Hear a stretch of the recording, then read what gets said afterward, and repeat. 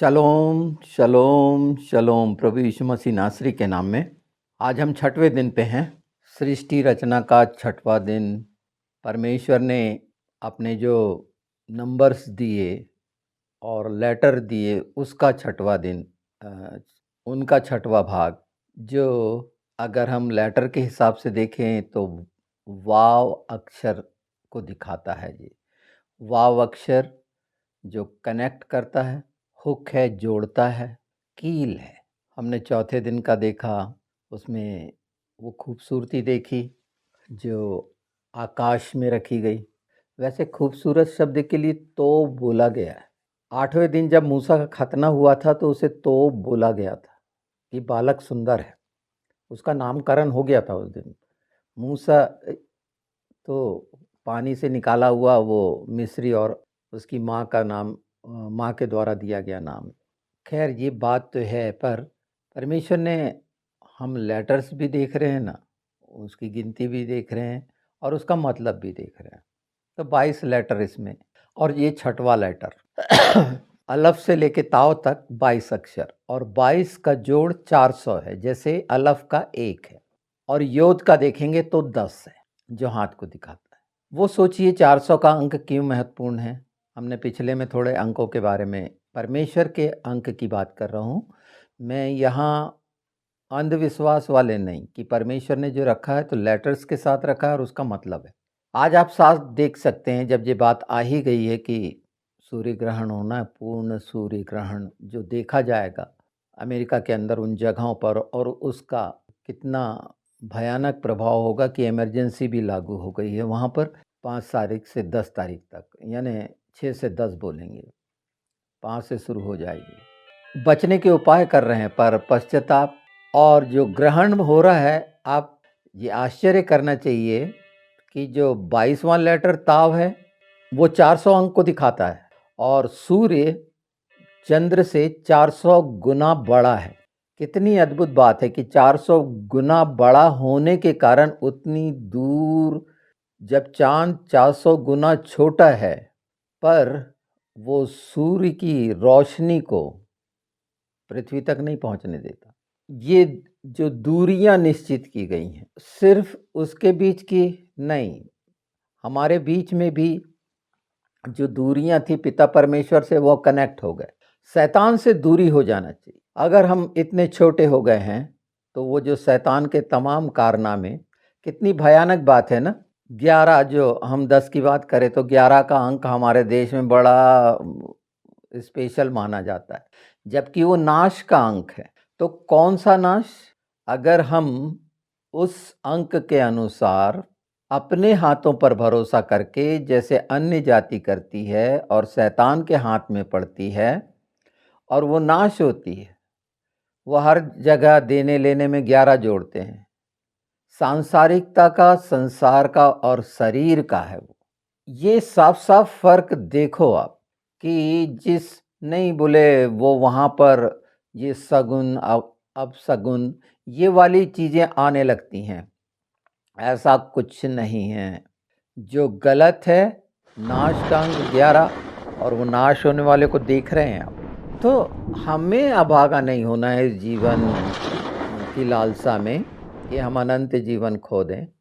और अनुग्रह का इतना खूबसूरत हमने देखा ही, जो 5 का है, पवित्र आत्मा के द्वारा, जो सर्वशक्तिमान परमेश्वर है, जो पवित्र है, योग्य है, सब जिसकी अधीनता में है और जिसका वादा है हमारे साथ। पर हम जैसे समझ लिए ना 5 में कि हमें वहाँ से पाना है और पवित्र आत्मा मदद करेंगे।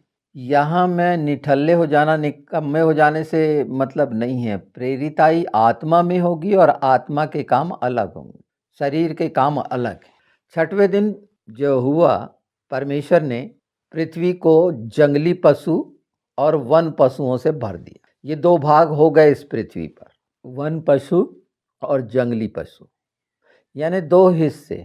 परमेश्वर, मैं ऐसा नहीं बोल रहा, परमेश्वर चाहता तो वन पशु ही रख देता है, या वन पशु हम खतरनाक जिसको जंगल में रहने वाले बोलते हैं, या पशु रख देता, वो जंगल में भी रहें यहाँ भी।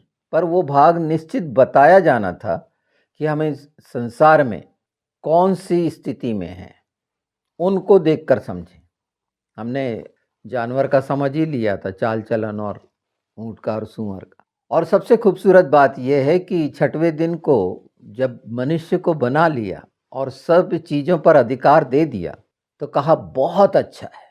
बहुत अच्छा शब्द सृष्टि रचयिता के द्वारा कहा गया और आशीष दी, ठहराई गई छठवें दिन की आशीष, जो उससे जुड़ने पर मिलती है, उसकी कमांड में रहने पर मिलती है, उसकी टीम में होने से मिलती है। जितने काम देखेंगे मसीह विरोधियों के, अन्य जातियों के, वचन के अनुसार देखोगे तो शैतान ने उसका उल्टा उनको करवाना शुरू कर। वो उससे पीड़ित है, सारे संसार की चीज़ों के लिए लालसा रखकर वो पीड़ित हैं, कहीं कुछ नहीं, और वो सच नहीं जान पा रहे हैं और जानने की भी उनको इच्छा नहीं है, क्योंकि वो उसी में खुश हैं, व्यभिचार में, नशे में, ये सारा कुछ है। तो ये अंधापन, देखिए मैं पढ़ता हूँ 6वां पहला अध्याय उत्पत्ति 24।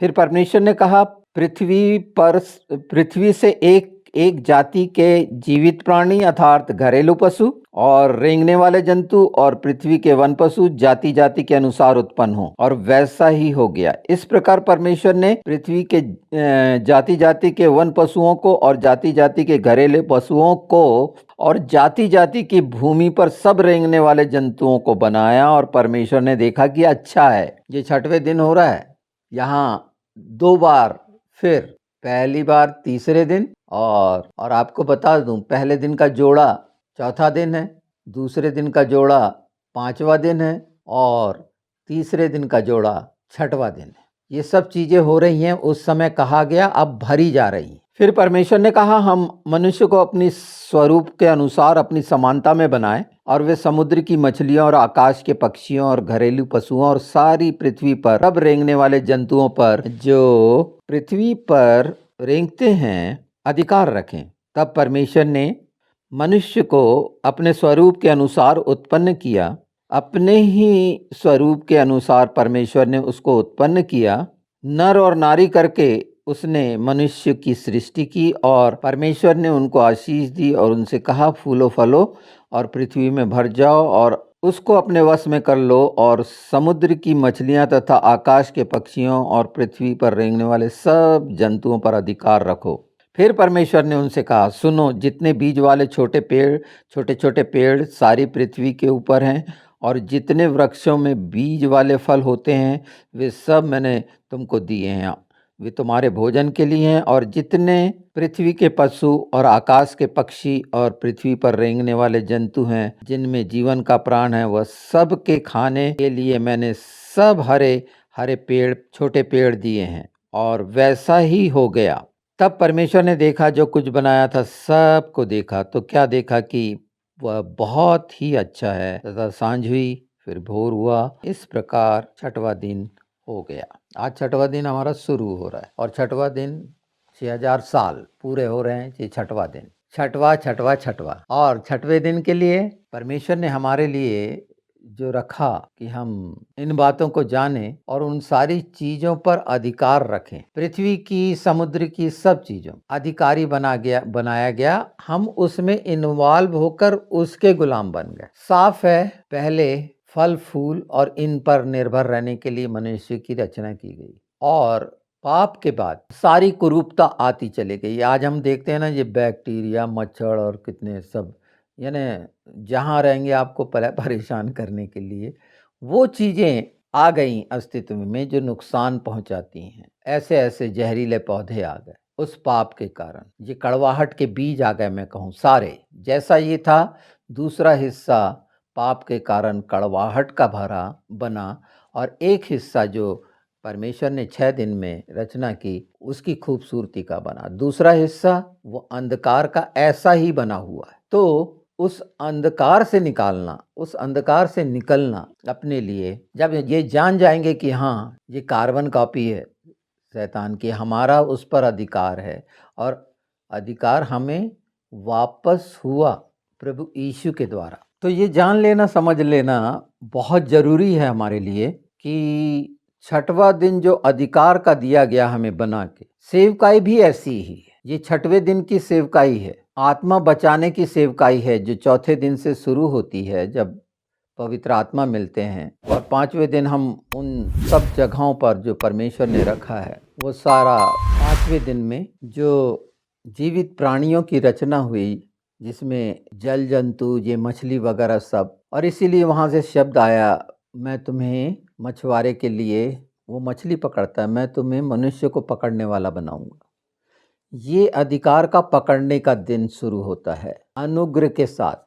उस पर अनुग्रह कर दिया गया कि जब ये इच्छा, इसकी समझ जो तीसरे दिन का है परमेश्वर ने रखा, उसको फुलफिल कर दिया, भर दिया।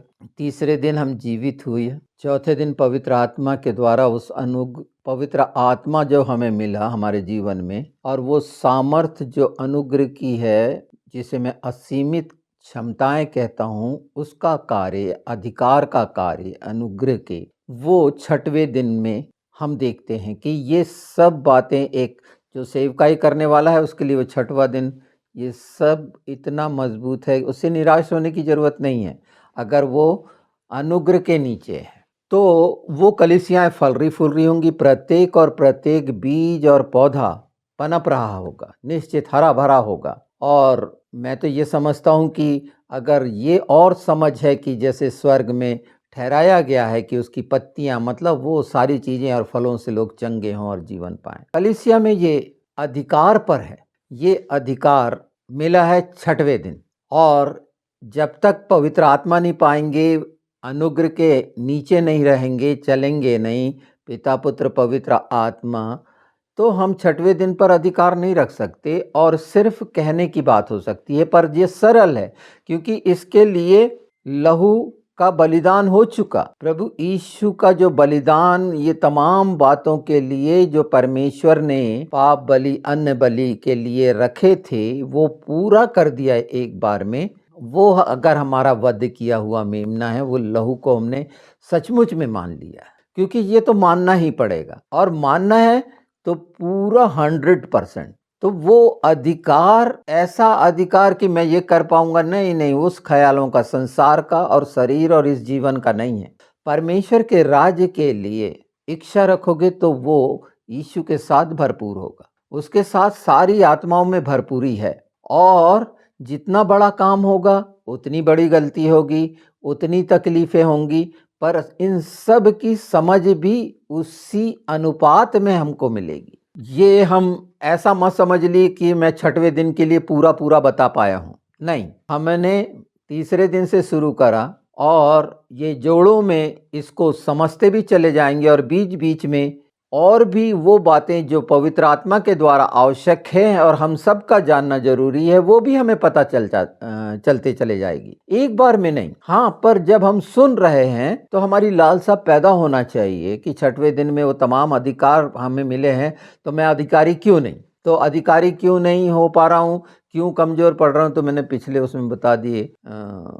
उसके हाथ के नीचे आ जाओ, अनुग्रह के नीचे आ जाओ, उसके बलवंत हाथ के नीचे दीनता से, दीनता से मतलब आज्ञाकारिता से, उसकी राह ताकने वाले कि ये मेरा काम जो हमारे अंदर है और हम जिससे लड़ रहे हैं और नहीं कर पा रहे हैं, निश्चित हमारा बाप आगे बढ़कर उस बात से, उस बाधा से दूर करेगा यीशु के नाम में। यही तो दिया गया कि यीशु के नाम में हम ये चीजें प्राप्त कर सकते हैं। हर उस बात पर अधिकार, आज अधिकार, हाथी पर अधिकार, बैठ के हाथी चलाना है, ऐसा किस तरह से, फिजिकली भौतिक अधिकार, इन सारी चीजों के लिए जो हमें दी गई और हमारे अधिकार में रखी गई, तो अधिकार में रखी गई तो पहली जवाबदारी तो ये होती कि देखभाल करें, रक्षा करें। थोड़ी सी बात समझ लीजिए। अच्छा, प्रार्थनाओं में क्या हम पृथ्वी, आकाश, पेड़ पौधे, वन पशु, घरेलू पशु, वो मछली और वो सब चीजों के लिए,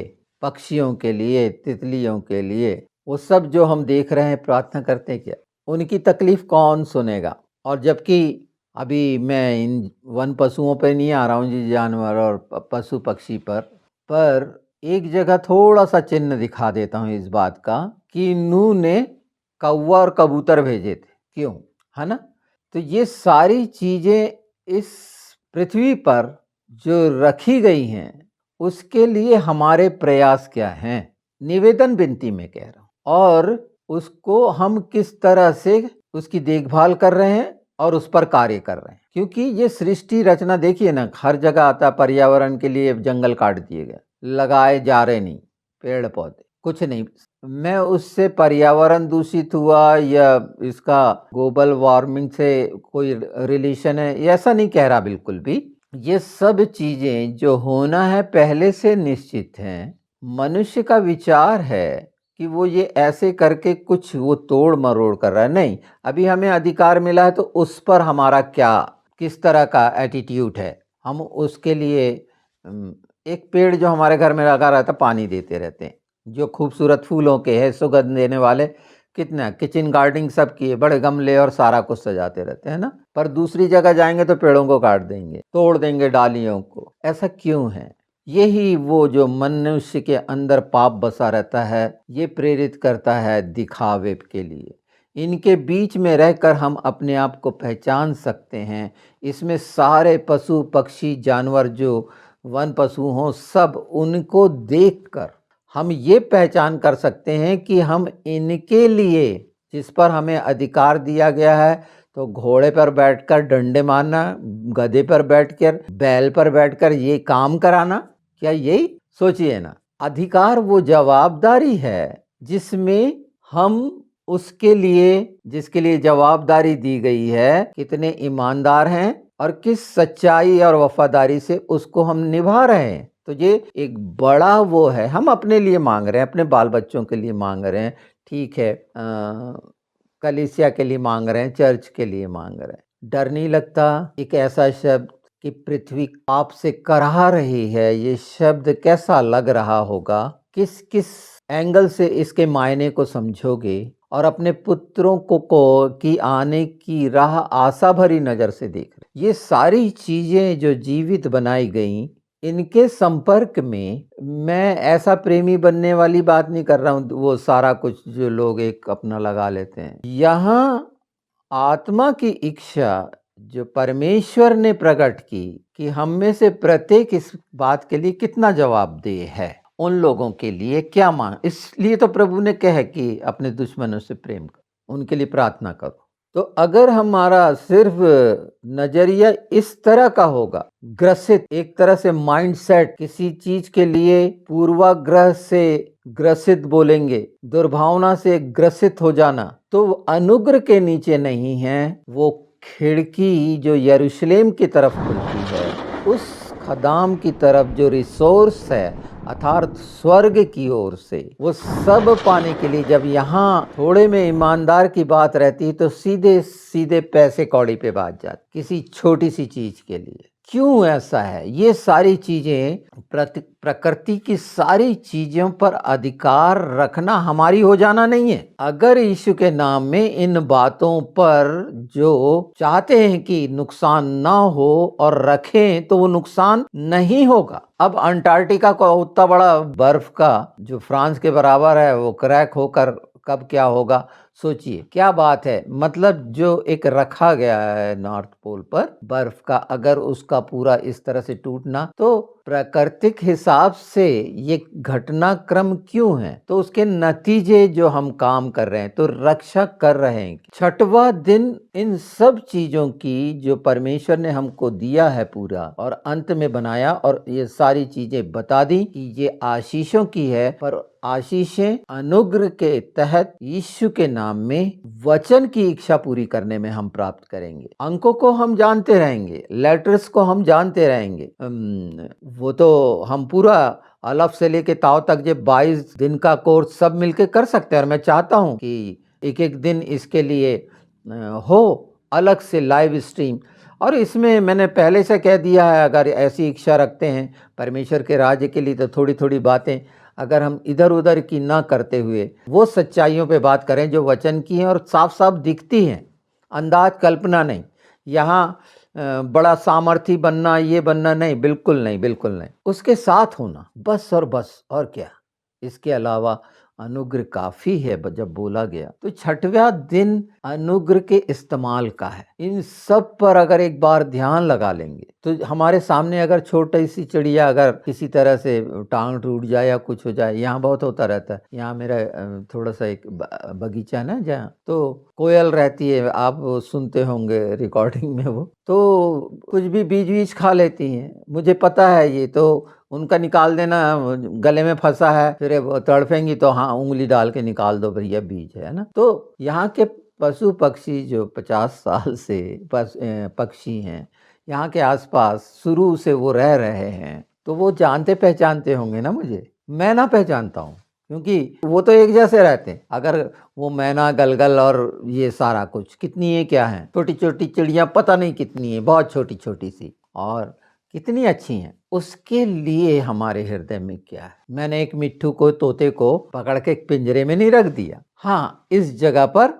आम खा, खूब चिल्ला, ठीक है, जो जो बोलना है बोलते रहे। तो बाइबल में कहा गया है 121 में, देख लेते हैं, बहुत खूबसूरत है। पहले 120 देख लेते हैं जिसमें थोड़ा सा मैं पढ़ देता हूं और यही मुख्य है। देखिए ये हमें करना है छठवें दिन। मैं बार बार बता रहा हूं, अधिकार हंटर चलाने के लिए नहीं है, अधिकार जवाबदारी है, और इसलिए परमेश्वर अधिकार रखता है पर वो हंटर नहीं चला, वो संभालता है। गुलाम बनाना नहीं है अधिकार, और इसीलिए आप समझ सकते हैं कि जो कमांडमेंट्स हैं 613 और कमांड और कमांडर का मतलब और महायाजक का मतलब ये एक ही है। इसको दुष्टता ने गलत कर दिया और कठिन बना दिया, और हम नित्य पालन भी कर रहे हैं। पर सुनिए, ये बहुत ध्यान से हम सब के लिए, हम सबकी जरूरत है। संकट के समय मैंने यहोवा को पुकारा और उसने मेरी सुन ली। हे यहोवा, झूठ बोलने वाले मुंह से और छली जीभ से मेरी रक्षा कर। हे छली जीभ, तुझको क्या मिले और तेरे साथ क्या किया जाए। ये प्रश्न आया है।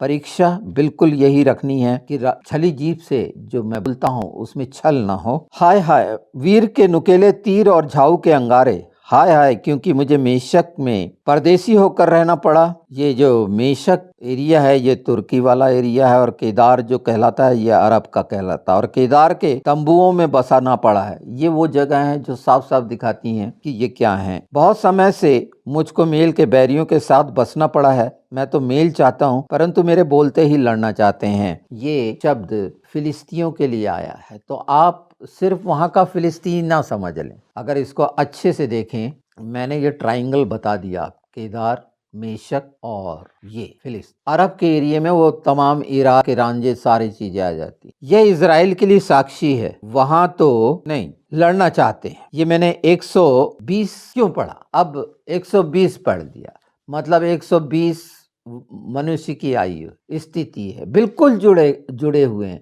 कल्पना नहीं। इसके अगर बहुत सार में जाएंगे, अगर छठवें दिन की बात करता हूं तो उत्पत्ति का 6वां अध्याय देख लीजिए, क्या हुआ था, उसमें से एक दो देख लेते हैं। चलिए 6वें का 3 देख लीजिए। तब यहोवा ने कहा, मेरा आत्मा मनुष्य से सदा लो विवाद करता ना रहेगा, क्योंकि मनुष्य भी शरीर ही है, उसकी आयु 120 वर्ष की होगी। ये 6वें दिन है और पूरी आयु की बात है, और 6वां दिन पूरा हो रहा है और 6000 साल पूरे हो रहे हैं। क्या किया जा रहा है, इसके पहले 5वें में समझ लो कि क्या करा इन्होंने। परमेश्वर ने अनुग्रह को लाने के लिए कि इस जगह पर रेस्ट हो। नोआख का जब हम, नोआख मतलब एक रेस्ट है, अनुग्रह में खैन बनता है, खाना जो मैंने बताया है, और ये 10 जनरेशन है जो शुरू हुई आदम से लेकर, इसे अच्छे से देखिए ना। उत्पत्ति 5 को अगर वो 10 जनरेशन का एक वीडियो मैंने बता दिया, हर नाम का मतलब है, लेमेक वगैरह, मतूतसलै, ये सबसे बड़ी उम्र के जो मृत्यु को लाया, उसके आने से मृत्यु आएगी, तो लोग नहीं चाहते थे। तो इसी को वो समझना, और बहुत आसानी से समझेंगे। अगर आत्मा की लालसा है अनंत जीवन के लिए, यहाँ साफ लिखा हुआ है, उसका नाम नूह रखा गया, नोआह, कि वो शांति लाएगा, खैन, अनुग्रह। और आप देखिए प्रभु यीशु में वो बातें किस तरह से पूरी हुई, उसी तरह से ये 120 पूरे होंगे। जब हमने 120 पढ़ लिया है तो 121 का भी देख लीजिए। मैं अपनी आंखें पर्वतों की ओर लगाऊंगा, मुझे सहायता कहाँ से मिलेगी। मुझे सहायता यहोवा की ओर से मिलती है, जो आकाश और पृथ्वी का करता है। वह तेरे पाँव को टलने न देगा, तेरा रक्षक कभी न ऊँघेगा। सुन, इज़राइल का रक्षक न ऊँघेगा, न सोएगा। ये सारी बातें जो कही गई हैं 6000 साल की उसके चैतन्य में सब बातें। यहोवा तेरा रक्षक है, यह आशीषों की बात है। ये हमारे लिए कही जा रही है, हम सब के लिए, जिसको हम क्लेम करना चाहिए कि हाँ यहोवा मेरा रक्षक है। यहोवा दाहिनी ओर तेरी आड़ है। हाँ, यहोवा दाहिनी ओर मेरी आड़ है। न तो दिन को धूप से और न रात को चांदनी से तेरी कुछ हानि होगी। हाँ, मेरी हानि नहीं होगी, न धूप से न चांदनी से, मतलब रात से मेरी कोई हानि नहीं होगी।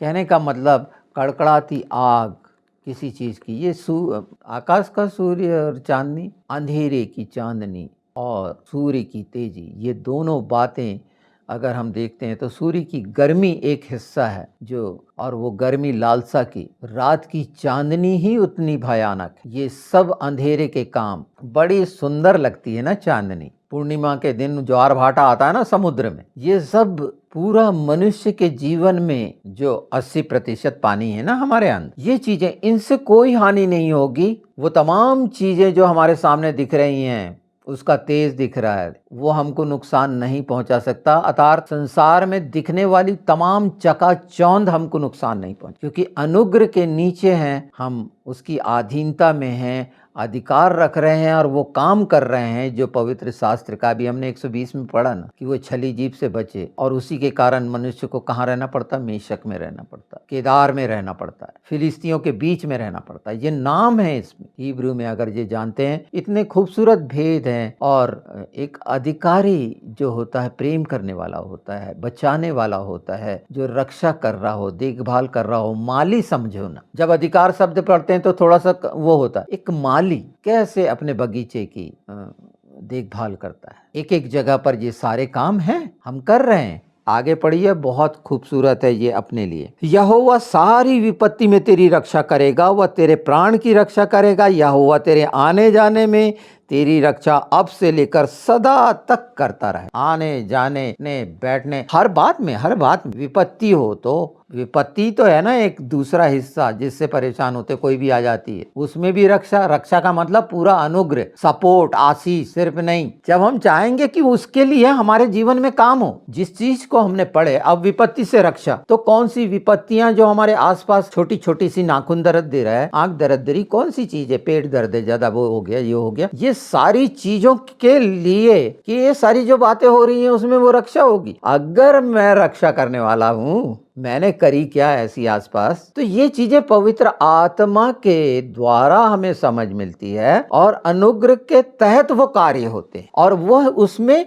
यीशु का नाम सबसे ऊपर है। तो ये आने जाने से लेकर तमाम बातों में उसकी रक्षा में रही है, यीशु के नाम में। हर विपत्ति से यीशु के नाम में उसकी समझ आपको हर विपत्तियों से निकाले, आपके प्राण की रक्षा हो, अर्थात तो वो सब लहू की रक्षा हो, तमाम आर्गन्स, टिश्यूज, सेल्स, वो सब जो शरीर में हमारे हाड़ मांस में है, उसकी रक्षा हो, वो ज्यों का त्यों हो। ये सब जो अनबैलेंस हुआ है खाने पीने से, यूरिया, फास्फेट वगैरह, उसके दुष्प्रभाव दूर हो, ऐसा बोलिए ना यीशु के नाम। जब हम पौधों के लिए ये रखते हैं तो वो चीज़ों के दुष्प्रभाव क्या बड़ी बात है, बिल्कुल वो स्वर्गीय भोजन खाएंगे आप अपनी मेज पर। ये यीशु के नाम में मैं चाहता हूँ, और हर दिन खाओ, ये तो बोला है, वो स्वर्ग से उतरी रोटी मैं हूँ, और वही वचन है, और उसका भरपूर उपयोग करो और चिकना चिकना खाओ 6वें दिन के लिए, और 7वें दिन में उस जोड़े में प्रवेश कर जाओ यीशु के नाम में।